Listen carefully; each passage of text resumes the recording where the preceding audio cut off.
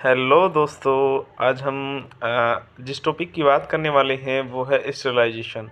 और ये जो टॉपिक है ये हर एक एग्ज़ाम में आता है और मेडिकल का हर एक स्टूडेंट, चाहे वो नर्सिंग हो, वो फार्मेसी से संबंधित हो, एमबीबीएस हो, बीएमएस हो, किसी भी क्षेत्र से संबंधित या किसी भी मेडिकल से संबंधित अगर कोई पर्सन है तो उसके लिए ये एक इम्पोर्टेंट टॉपिक है। चलिए आज हम इसकी बात करते हैं। इस टॉपिक का नाम है स्टरलाइजेशन।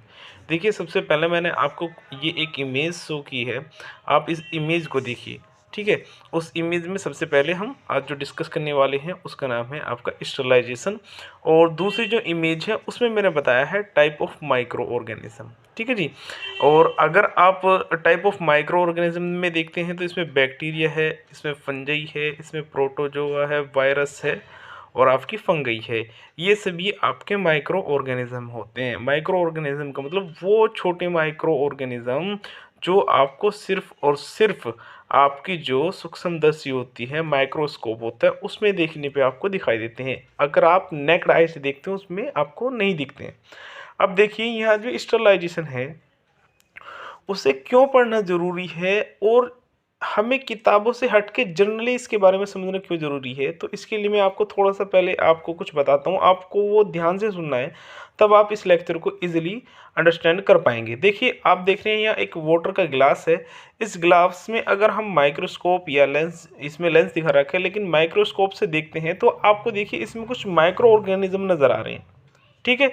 इसके अलावा ऐसे ही ये जो नीचे ये हमने देख लिया। अब हम अगर यहाँ नीचे देखते हैं तो यहाँ आपका जो सर्जिकल इक्विपमेंट है वो सभी रखे हुए हैं। सीजर रखा हुआ है, ब्लेड रखा हुआ है, सर्जिकल ब्लेड रखा हुआ है और बैंडेज, गोज वगैरह बहुत सारी चीज़ें रखी हैं। और एक यहाँ पे जिस चीज़ पे ये रखे हैं वहाँ पे एक मेज भी है। ठीक है, तो हम ये भी देख लेते हैं। अब आप ये सोचिए कि एक पानी है, पानी का गिलास है, उसमें माइक्रो ऑर्गेनिज्म प्रेजेंट है। वैसे ही आपके आसपास जो भी कुछ है उस पे माइक्रो ऑर्गेनिज्म प्रेजेंट हो सकते हैं। और ये माइक्रो ऑर्गेनिज्म अगर यदि आपकी बॉडी में एंटर कर जाते हैं तो ये आपको डिजीज कोज कर सकते हैं। ठीक है, तो ये डिजीज कोज ना करे इसलिए इनको किल करने वाला प्रोसेस ही आपका स्टेरिलाइजेशन कहलाता है। यानी कि क्या, सिंपली आप समझिए, स्टेरिलाइजेशन का मतलब है जो टाइप ऑफ माइक्रो ऑर्गेनिज्म है उसमें बैक्टीरिया, वायरस, फंजाई, प्रोटोजोआ, उनको किल करना। लेकिन आपको एक चीज और ध्यान रखनी है यहाँ पे, स्टेरिलाइजेशन में जो आपके माइक्रो ऑर्गेनिज्म है वो तो किल करते ही हैं लेकिन साथ में उनके जो स्पोर्स हैं उनको भी किल करा जाता है। अब आप ये पूछोगे जी स्पोर्स क्या होते हैं, तो स्पोर्स जो है एक बैक्टीरिया की मॉडिफाइड फॉर्म होती है जिसमें बैक्टीरिया अपना आप को रजिस्ट करता है। यानी कि अगर बैक्टीरिया को आप किल करने की कोशिश करेंगे तो वो किल होने में बहुत अपना आप को रजिस्ट कर लेता है, वो अपने आप को किल होने से बचाता है। एक ऐसी फॉर्म ऑफ बैक्टीरिया जिसमें वो आपको किसी एडवर्स कंडीशन में भी सेफ रख सकता है। तो यहाँ आपको ये समझना है स्टरलाइजेशन एक वो प्रोसेस है जिसमें हम माइक्रो ऑर्गेनिज्म को किल करते हैं और उनके स्पोर्स के साथ किल करते हैं। ये आपका स्टरलाइजेशन का प्रोसेस है। ठीक है, अब हम देखिए नेक्स्ट स्लाइड के माध्यम से आपको समझाने की कोशिश करेंगे। वो हमने थोड़ा सा आपको समझाया, अब यहाँ हम रिटर्न में हम आपको बताने की कोशिश करेंगे। देखिए इसमें क्या लिखा है, sterilisation sterilisation is a process, एक प्रोसेस है ऑफ किलिंग और या रिमूविंग, किलिंग करना या रिमूव करना all form of life. All form of life का मतलब यहाँ पे माइक्रो ऑर्गेनिज्म की जितनी भी फॉर्म थी, जैसे बैक्टीरिया था, वायरस था, फंजी था, आपका इसके अलावा प्रोटोजोआ था और उसमें आपका स्पोर्स भी इंक्लूड था। ठीक है, अब यहाँ समझिए। फिर नेक्स्ट लाइन पे देखिए, including microbial organism such as bacteria, virus, fungi and spores. ये स्पोर्स वाला जो वर्ड्स है ये आपको बहुत ही ध्यान से देखना है कि यहाँ पे रिमूव और किल कर रहे हैं all form of life of micro organism with their spores, और उनके स्पोर्स के साथ। ठीक है, अब ये किल या रिमूव कर रहे हो और स्पोर्स को किल कर रहे हो कहाँ से, देखिए यहाँ इंपॉर्टेंट चीज ये है, किसी सरफेस से, किसी फ्लूइड से, किसी मेडिकेशन से, बायोलॉजिकल कल्चर मीडिया से। ठीक है, इसके अलावा मेडिकल सेटिंग से, लेबोरेटरी से, फूड प्रोडक्ट से and various other industries to prevent spread of infection and ensure product safety. अब इन्होंने यहाँ ये कहा है कि आप किल करना, रिमूव करना ऑल फॉर्म ऑफ लाइफ। अब वो लाइफ कौन सी है? बैक्टीरिया है, वायरस है, फंजाई है, स्पोर्स है, ठीक है। और उनको कहाँ से रिमूव करना और कहाँ से किल करना? किसी के सरफेस से। अब मान लीजिए आपका टेबल है, टेबल पे आपको सिंपली क्या दिख रहा है कि ये वहाँ माइक्रो ऑर्गेनिज्म, बैक्टीरिया, वायरस है? नहीं। तो अगर हम वहाँ कोई सर्जिकल इक्विपमेंट रखते हैं या कोई खाने की चीज़ रखते हैं तो उस पर तो माइक्रो ऑर्गेनिज्म आ जाएंगे और उसी को अगर हम यूज़ कर लेंगे तो हमको इन्फेक्शन हो जाएगा। ऐसे ही कोई फ्लूइड है, आपने देखा है वेरियस टाइप के फ्लूइड मेडिकल्स में यूज़ होते हैं, अगर उन फ्लूइड को बिना माइक्रो ऑर्गेनिज्म के रिमूव किल किए हुए हम ऐसे ही किसी की बॉडी में इंसर्ट करा दें तो किसी को इन्फेक्शन हो सकता है। किसी मेडिकेशन के साथ भी ऐसा हो सकता है, या किसी लैब में आप हाइजीनिक प्रैक्टिस और स्टरलाइजेशन का यूज़ ना करें, स्टराइल इक्विपमेंट का यूज़ ना करें और उसी से आप ब्लड का सैंपल या कोई और सैंपल लें तो उससे क्या होगा? माइक्रो ऑर्गेनिज्म किसी की बॉडी में एंटर कर जाएंगे और उससे उसको इन्फेक्शन हो जाएगा। या आप सिंपली एक चीज़ समझिए, कोई फूड वगैरह है, ठीक है, अगर फूड आप ऐसे ही यूज़ करते हैं और या आपने सुना होगा कि जो मिल्क होता है वो पास्चराइजर होता है। वो पास्चराइजर का मतलब है क्या? पास्चराइजेशन का मतलब यही है कि उसमें जो माइक्रो ऑर्गेनिज्म है या उनके स्पोर्स हैं उनको किल करना, ताकि आप उस मिल्क को किसी के यूज़ के लिए बना सके, उस मिल्क को आप सेव कर सकें। ऐसी स्टरलाइजेशन एक मेथड है किसी को सेव करने का, किसी को इन्फेक्शन से प्रिवेंट करने का, कि किसी को माइक्रो ऑर्गेनिज्म का इन्फेक्शन ना हो। ये है रियल चीज़, ठीक है।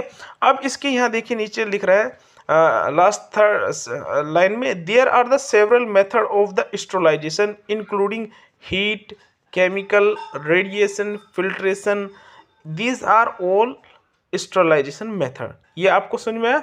ठीक है। अब अगर नहीं भी समझ में आया तो आप नेक्स्ट स्लाइड देखिए, आप समझ में जाएंगे।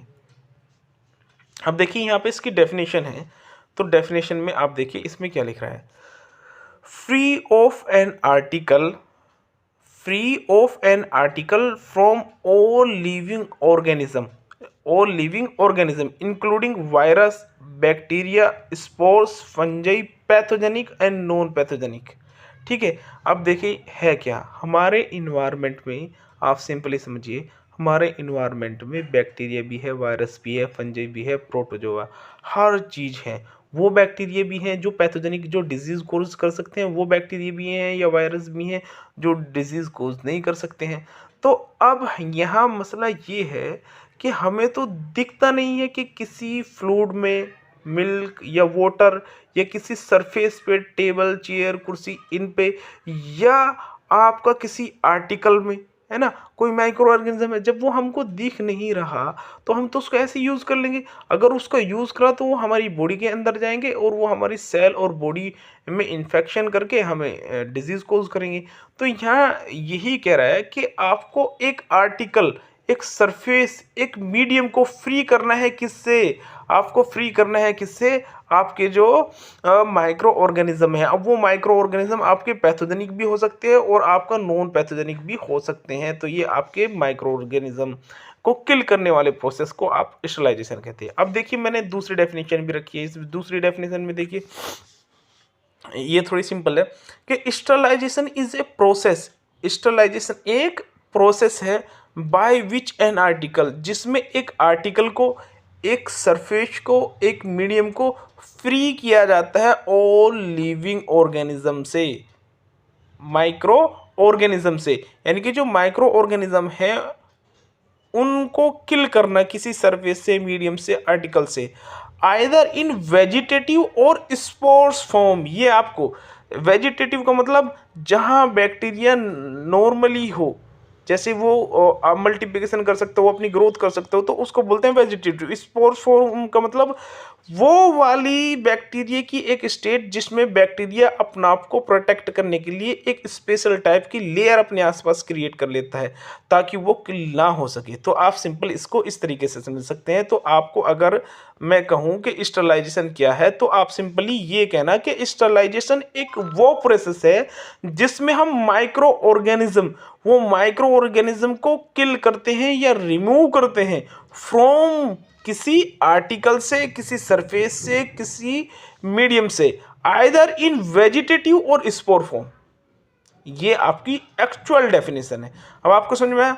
ठीक है, चलिए हम नेक्स्ट स्लाइड देख लेते हैं और इसमें हमने बताया है आपके मेथड या टाइप ऑफ द स्टरलाइजेशन। ठीक है, अब देखिए मेनली से क्लासिफाई किया जाता है, एक तो फिजिकल में, ठीक है जी, एक दूसरा किया जाता है आपका केमिकल में, और तीसरा किया जाता है हमारा फिजियोकेमिकल में। लेकिन इसमें जो सबसे ज़्यादा इम्पोर्टेंट है या सबसे ज़्यादा यूज़ जो होने वाला होता है वो आपका फिजिकल मेथड होता है। अब फिजिकल मेथड में भी सब क्लासिफिकेशन है, जैसे एक सनलाइट है, ठीक है जी, एक आपकी हीट है, इसके रेडिएशन है, फिल्ट्रेशन है, ये सब मेथड हैं। अब इसमें भी हीट वाला जो मेथड है, एक तो ड्राई हीट और एक आपका मॉइस्ट हीट, ये सबसे ज़्यादा यूज़ होते हैं। और ड्राई हीट और मॉइस्ट हीट को आप नेक्स्ट लेक्चर में समझेंगे। अभी आप सिर्फ इतना समझिए कि आपके मेथड ऑफ स्टरलाइजेशन जो है ना, वो 3 प्रकार के हैं, एक फिजिकल है, एक केमिकल, एक फिजियोकेमिकल है।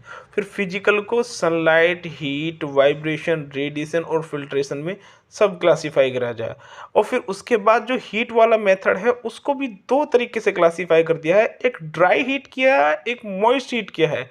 ड्राई हीट में आपका आता है हॉट एयर ओवन, जो ये यूज होता है, और एक आता है आपका ऑटोक्लेव। तो ये 2 मेथड बहुत आपके इंपॉर्टेंट है। अभी सिर्फ आज हमने आपको ये बताया है कि स्टरलाइजेशन जो होता है ना, वो माइक्रो ऑर्गेनिज्म और उनके स्पोर्स को किल करने के लिए मेडिकल में यूज़ किया जाता है। इसके अलावा जो फूड इंडस्ट्रीज़ होती है, जहाँ जो आपका मिल्क होता है उसको पास्चराइज किया जाता है, वहाँ भी इसका यूज किया है। यानी कि मेडिकली और नॉन मेडिकली दोनों तरीके से स्टरलाइजेशन का यूज़ होता है।